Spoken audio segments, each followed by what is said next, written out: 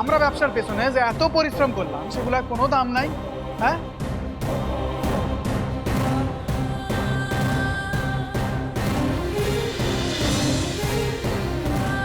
এখন বাবা সাধু হয়ে গিয়া ধার্মিক হতেই পারে, কিন্তু তাই বলে আমাদের এ থেকে বঞ্চিত করার কোনো অধিকার বাবার নাই। তোকে পেটে ধরেছি ভাবতে লজ্জা করে।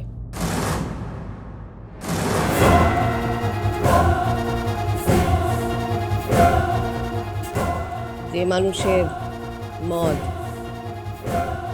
আর নিত্য নতুন মেয়ে ছেলে ছাড়া চলে না, সে সপাক খেয়ে মন্দিরে এক রাত কাটিয়ে হঠাৎ সাধু হয়ে গেল।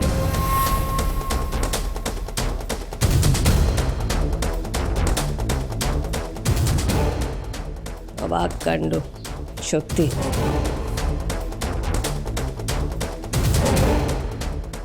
শোন, তোরা মন দিয়ে একটা কথা শোনাব। এই সম্পত্তি বিলিয়ে দেওয়ার কথা আর যে কেউ বিশ্বাস করুক না কেন, তোরা অন্তত করিস নে।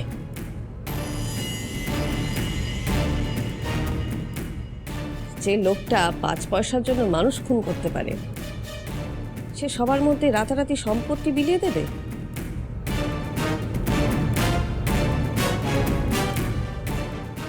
এমনটা কখনো হয়?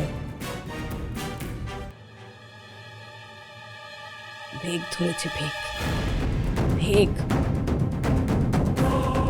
তোদের বাপ আবার নতুন করে ভেগ ধরেছে।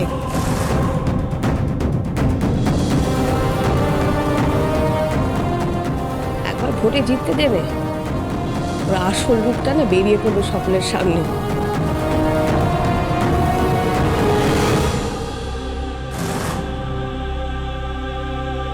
তখন দেখবি কি হয়। এসব এসব কি বলছো? তাহলে এখন আবার কি করবো? না, ওদের কাউকে কিচ্ছু করতে হবে না। যা করার আমি করব।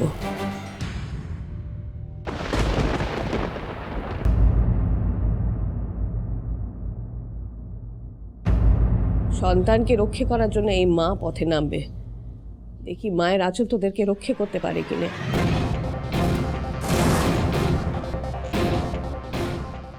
আর আমি দেখব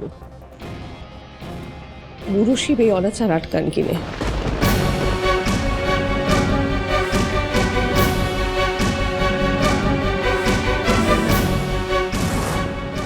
মা মা মা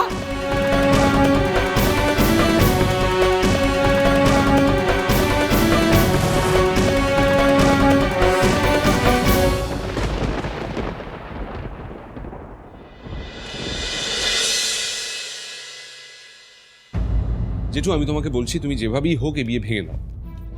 এসব তুই কি বলছিস? বিয়ে ভেঙে দেবো? শোনো, আমি যেটা বলছি সেটা ঠিকই বলছি। অহল্যা নিজেও এই বিয়ে করতে চাইছে না। হ্যাঁ, কিন্তু অহল্যা তো পৃথ্বীকে ভালোবাসে। তুই এখানে মাথা নিচু করে দাঁড়িয়ে আছিস কেন? বল জেঠুকে। হ্যাঁ জেঠু, আমার পক্ষে পৃথ্বীজিৎকে বিয়ে করা সম্ভব হবে না। হ্যাঁ, কিন্তু কেন? চাঁদ আমাদের বাড়ির সবার ব্যাপারে জানা তাই কথা বলছে। তোরই তার ব্যাপারে কুচ্ছা রটাচ্ছে।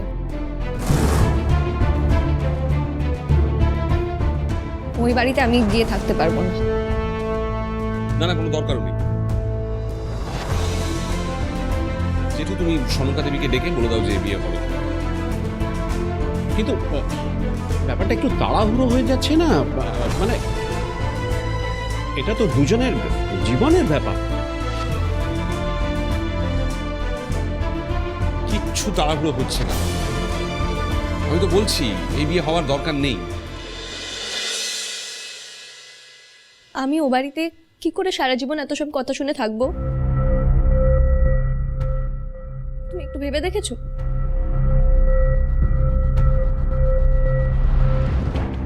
অহল্যা,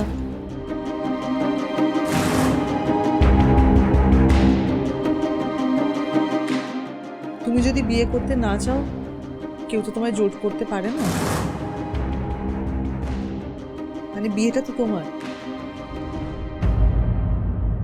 তুমি যদি রাজি না থাকো তাহলে কেন কেউ জোর করবে বলো? আমি শুধু একটা কথাই জানতে চাই তোমার কাছ থেকে, তুমি পৃথ্বীজিৎকে ভালোবাসো, হ্যাঁ কি না?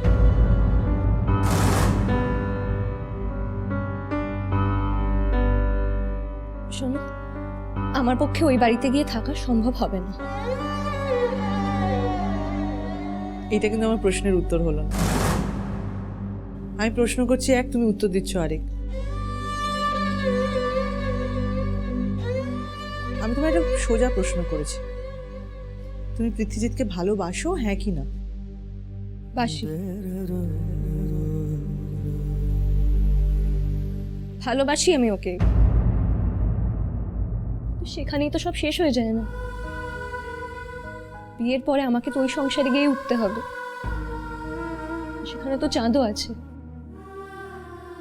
ওই মানুষটাকে আমি একদম সম্মান করি না, আর কখনোই করতে পারবো না। আর সত্যি বলতে আমি এরকম মিথ্যে মিথ্যে অভিনয়ও করতে পারবো না কি যে আমি তাকে শ্রদ্ধা করি। হাজার হোক, পৃথ্বীজিতের তো বাবার চন্দ্রভানু।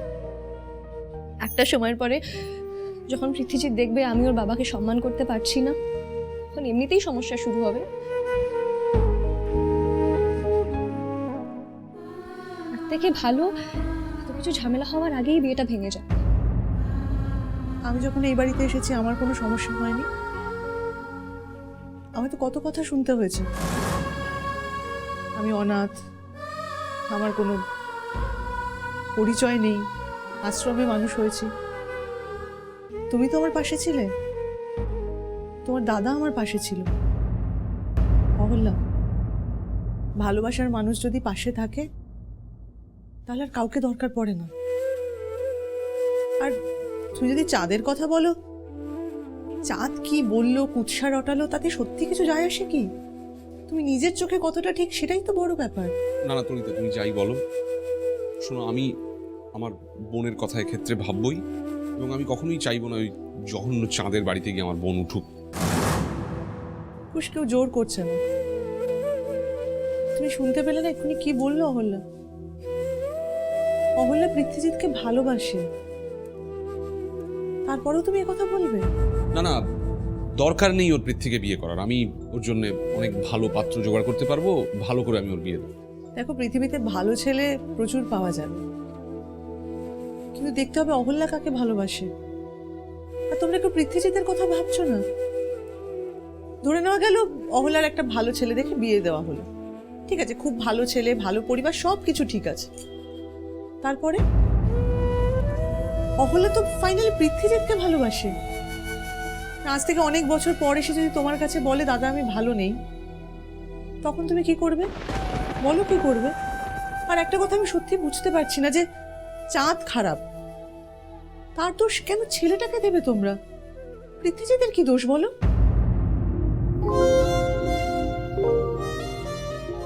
আমি একটা কথা বলতে পারি, চাঁদ তার শাস্তি পাবে। সিন্নিতে বিষ মেশানো হোক, আরো যা যা নোংরা কাজ করেছে সবকিছুর জন্যই। কিন্তু তুমি যাকে ভালোবাসো তার সাথেই থাকো। তুমি পৃথ্বীজিৎকে কষ্ট দিও না। দিদি,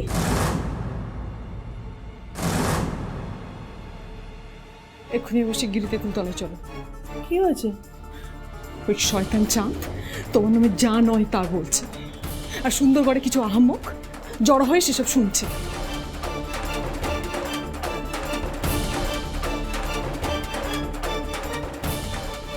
চলো।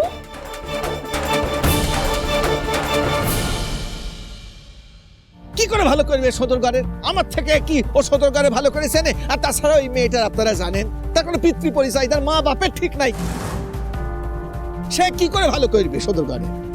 দাঁড়ান,